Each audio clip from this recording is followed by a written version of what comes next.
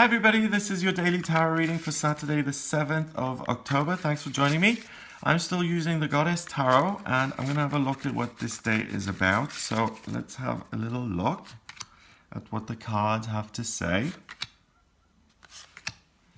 Okay, so complicated.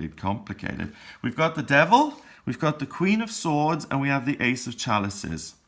So the Devil, we can see these two lovers there really getting into it, and there's really kind of dark looking goddess overlooking it, and she's got chains, and what this is, it's lust. It's getting stuck in something that is an illusion, that isn't really real, that comes from fear.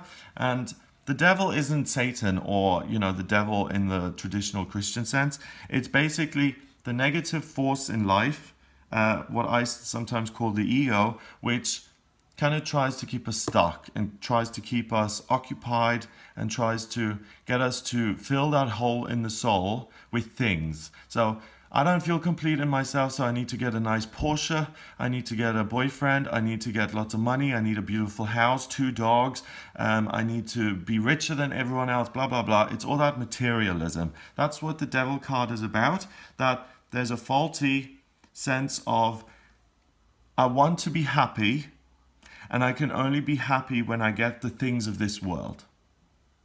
Now, this world is an illusion in a sense, and there's nothing wrong with having great wealth and looking your best and enjoying nature. It can be a wonderful experience. But when you forget that you are a spiritual being having a human experience, that's when this Devil card becomes more active and has more power over you, and you start to forget who you really are, and you fall for these traps, and you get yourself into relationships that you think are going to really fulfill you, and that end up being really difficult and negative, and you get yourself into situations where you meet someone who you think is ideal for you, and then they turn out to be someone else completely different, because really the truth is you're not thinking about the other person, you're thinking about yourself. And you're thinking about, how can I make myself happy? How can I fill that hole in my soul so that I feel complete? So you got a decision to make today. You can decide to feel better, because that's what this is about. You don't feel complete today. There's something kind of irking you. Something is irritating. You're dissatisfied with the relationships you've got in your life. You're dissatisfied with the way things are going. It may even be as simple as, I am dissatisfied the way my family see me and the way they kind of always treat me as an accountant, even though I'm a human being and all they do is talk about me and my career. It's like we've got other things to connect over. It can be something as trivial as that. So you got a choice. The Queen of Swords is a queen. The queen has progressed from being a page, a knight, and now she's reached the top of that kind of royal hierarchy by becoming the queen. So she's beyond question, and she knows that her thinking is extremely balanced, and that there are negative sides of her, i.e. the ego, and that she also has access to the purest side of herself, which is her higher self, which makes good decisions for her. So when she listens to her ego, she becomes vindictive and she takes brutal action with that sword shining there. And when she listens to her higher self, the good side of the universe, that purity, these white flowers, then she does things which are loving and beautiful and positive, and she makes the world a better place. She is wise because she realizes that she has both sides within her. She doesn't judge herself for it. We all have light and dark within us. And sometimes the dark stuff comes out, and then we criticize ourselves. Oh, I could have behaved better in that situation. Why did I behave so badly? Why was I so mean? We all have that side to us, and the point isn't to beat ourselves up when we do something that we're not happy with, but it's to say, okay, I am the Queen of Swords. I've learned that there are different sides to me. I'm going to try and be the best person I can, but like everyone else, I make mistakes and sometimes I fall down. So you have a choice to make today. You can either, and you know what the choice is, you can either go for the quick fix that's going to make you feel good in the here and now. So the sex, shopping, putting someone down, being vindictive, you know, getting your own back, all of those things that the ego is all about, short-term satisfaction, instant gratification. Or you can choose to be happy, but in the long term. And that's what the Ace of Chalices is. The Ace of Chalice is a blessing from the universe. It's this side of the Queen of Swords where there's real love, true love. It's not just, you know, when you get into a relationship, sex in the beginning is great, but we all know that after a while the sex starts to kind of wear off, and then you get into the reality of the relationship, which is, you know, I'm really connecting with this other person now. And often there's a power struggle, and after that power struggle you can really get to this true love relationship, but it's a long-term process. So choosing a quick fix today means that maybe you get the instant satisfaction that you want, but you're not working towards something real and long-lasting and something that takes work, like true love.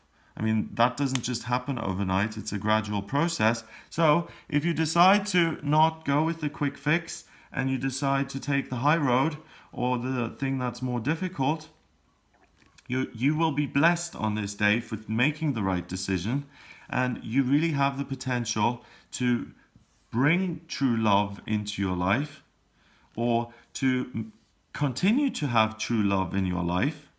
But you've really got to be careful today, because it can go either way. If you decide like, okay, I've had enough, I'm in this relationship, for instance, and I've told this man, for example, that I really dislike it. It can be really trivial. I really dislike the fact that I make dinner for him and he misses it, even though he says he's going to be here on time, and every time he's late.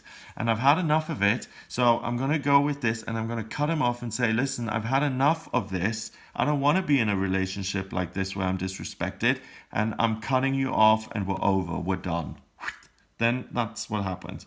But what you can also do is you can say, I've cooked this dinner for the last couple of days. You promised me that you would be here. You haven't done it. What's really going on? Why is this happening, and what is this really about? Do you have a problem with time management? Or do you resent me on some level and you're punishing me for it? But you ask the question without immediately lashing out and being aggressive and injuring him, or being aggressive or doing something to him or her that makes you feel powerful in the here and now. Because it feels great to yell at someone sometimes. Justified anger can feel really empowering. You're going to have a much better experience, and your relationships on this day and in future are going to benefit when you soften your approach. You realize that, because the Queen is wise and you're wise, you realize that you also have a dark side within you. You're not just bad or good, you're both. So if you focus on the good stuff, then the relationship can be saved. You can give someone the benefit of the doubt and not experience relationship drama and chaos today. But what you can do is you can actually grow and progress on your path towards true love. And that's with every person in your life, to have better relationships with all the people in your life. And that's family members and colleagues and friends and lovers. Because this also applies to friendships. You know, if a friend irritates you once and that's enough and you block their number, then you're being really harsh. You're cutting them off. You think in the moment, wow, that feels great. But you've lost a friend. And if you work a little bit harder and say, okay, I'm going to have this uncomfortable conversation, but I'm willing to do it because I really believe in the friendship, then it works out. It's really simple. 15 and 1 is 16, and 1 is 17, 1 and 7 is 8, and 8 is about power. So you really have a lot of power at the moment to either make relationships better or worse. So really use your wisdom and think before you act, and try not be harsh, because it's going to be your loss if you're harsh. You know, the devil never really rewards you. it just fills you with more fear, and it's a downward spiral. I'm now alone, therefore I'm going to be even meaner to people because I think the world has done me wrong. And this is an upward spiral. I fixed this relationship, we had a chat. That means that my other relationships have hope and I can make those better, possibly as well. So this is the direction that's much more rewarding and that's going to make you happier in life. So I hope you have a wonderful day. If you'd like a private reading, then please get in touch with me via my website. In my private readings, I can look at what your life purpose is, what your strengths and weaknesses are, what your vocational aptitudes are, so what the ideal job is for you.